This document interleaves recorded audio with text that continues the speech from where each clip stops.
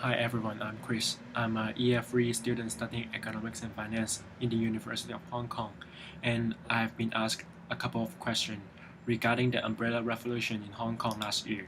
So here we go. So here comes the first question, which is who were the protest organizers? And this traces back to the Occupy Central, where this concept is first initiated. Which the concept of Occupy Central is inspired by the Occupy Wall Street, which is initiated by the Associate Professor of Law at the University of Hong Kong, which he published his statement at press conference in late 2013. But based on a lot of technical and political consideration, they didn't put it into action, not until late 2014, which the student led a strike against the MPCSC regarding the proposed reform to Hong Kong's electoral system. And 2 days later, in 26th of September, the Hong Kong Federal of Student and Scholarsm start protesting outside the government headquarters. And 2 more days later, which is 28th of September, the Occupy Center with Love and Peace announced that they would begin their civil disobedience campaign immediately. The demonstration began outside the Hong Kong government headquarters. The protesters blocked the northern Hong Kong island near MOT, but later in the movement, because of the police tactics, including using the tear gases and pepper spray, it also attacked the protesters by employing some trial labor, triggered more citizens to join the protests, and occupying more places like Causeway Bay and Mong Kok and Central. So from the above, we can see that there were no single leader in the umbrella movement, but there were different organizations that led to the start of this movement.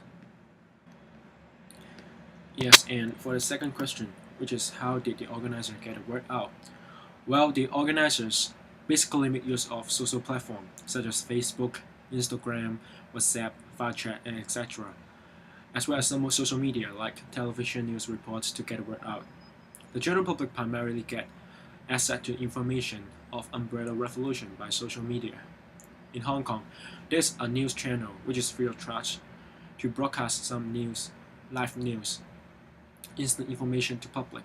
And during the Umbrella Revolution, there is a 24 live channel offered by TVB to specifically report the instant news in Mong Kok, Central, as well as Causeway Bay, so that make sure that general public can get access to the information immediately. And so the organizer usually get a word out through the news channel. However, in order to cater for some students or teenagers like me, who does not really usually keep an eye on news reports, the organizer would make use of some social platform like Facebook and like Instagram to transmit some message to us. And sometimes students would discuss the strategies of the movement on Facebook or some online forum, which makes more and more people get access to the news and information of Umbrella Revolution. So here comes the third question, which is how did protesters keep their spirit up? So basically, protesters keep their spirit up in two ways. Firstly, many podiums were built in each occupied area, and then the organizer will deliver speeches on that podium to keep the protester spirit up. Sometimes, some protesters would sing revolutionary song with people on the podium too. In this way, the morale was actually quite good during the time. Moreover, some protesters would talk to each other, help each other, and take care of each other, which I think this would also help to maintain their morale. For example, the protester, usually some university students, would help to clean up the streets voluntarily. And also, some older protesters would try to explain some current situation and also some modern history of China that they have experienced, like Cultural Revolution, the Great Leap Forward, and so on. And sometimes, some protesters may have some insider information to share, which is about the political movement of Beijing. And I think all this interaction between protesters help to keep their spirit up.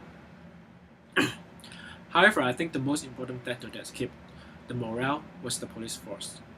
Every time when police have attacked the protester violently, like using tear gas, pepper spray, which caused injuries, many students or general public will feel very angry and go to the occupied area to support the students and the protesters. So I would say that the violence that the police force has employed will be the best catalyst to foster the anger of the public as well as to intensify the movement. So here comes the next question, which is how did protesters sustain their protests? Well, there are many material stations set up in each occupied area. Many adults who support the movement, but maybe they don't have time to join the movement because of their work, and they will buy some materials like food, drinks, water, mask, gas mask to the material station. And sometimes the shop near the occupied area will support the movement by sponsoring their product. For example, some restaurant may sponsor food and drinks like sandwich to the protesters voluntarily, and some hardware shop will sponsor some masks to the protesters. And whenever the material ran low, the organizer would urge the public to donate the material. And the next question is, what were the risks going into the protest? And from a perspective, there are many two risks that goes to the protest. The first one would be the risk of being hit or being injured. In order to disperse, the protesters, the police would use the batons to beat the protester, and also they may employ some tear gas and pepper spray from time to time to disperse the protesters too. and for this, and from this, of course, many protesters will be wounded, and they may injured during this action. And for the second risk, some people were afraid of the punishment by the government after the movement. Some people were banned, and this is exactly the real case, that some people were banned to go back to the China after being recognized to have participated in the umbrella movement, because the central government would regard the protesters as rebels and thus exploit their right to go back to the mainland afterward. This is a real case that there are some students who is studying in the mainland university, and they are forbidden to enter China afterward, and therefore they are unable to continue their tertiary studies in mainland China. And I think this is a kind of risk that faced by the protesters. And for the next question is that how successful was the protest effort? Well, the aim of the protest was to force the Hong Kong as well as the central government to overthrow the NPCSC's decision regarding the proposed reform to Hong Kong electoral system. But unfortunately, the protest was not able to achieve this aim. But however, the protest did demonstrate the attitude of Hong Kong citizens, especially the students, that they feel reluctant to being suppressed and their demand for human rights, voting rights, as well as freedom. And on the other hand, I think the protest just demonstrated well the quality of Hong Kong protests as well as the quality of Hong Kong people. It shows how mild and how polite we Hong Kong people are. We clean up the street and even take time to pick the plastic and paper for recycle. And also, we use umbrella to shield the police. We didn't attack the police even being hit. And I think the protests do a lot to promote Hong Kong in this way. So, although the protests didn't achieve their aim, but it did promote Hong Kong eventually. Okay, here comes the next question, which is how was file chat useful and how did students use it? First of all, I have to explain that the file chat is an app that uses the wireless networking to enable smartphone to connect via Bluetooth, Wi-Fi, or Apple's multi-peer connectivity framework without an internet connection. And I have to say that it is very useful during the umbrella revolution, because many people stay in the same place during movement. Let's say, it is often that there will be 200 people staying in a small shopping mall during riot. And in this situation, it is very hard for people to connect internet at the same time. Therefore, it will be very dangerous because people cannot tell their friend not to go to some places that the riot has started. Or maybe some medical staffs cannot call the hospital to replenish the medical material. But with file chat, we can be able to connect or contact with each other very easily, and this, in certain extent, greatly lower the casualties. Okay, here comes the next question, which is how did the government respond to social media? Generally, the government would accuse the protesters of hindering the economy of Hong Kong during the Umbrella Revolution. And the point of government was obvious that the social instability caused by the protester would greatly discourage travelers to come to Hong Kong, maybe investing or traveling. And this would greatly hinder the local business, and that would pose a threat to Hong Kong's prosperity.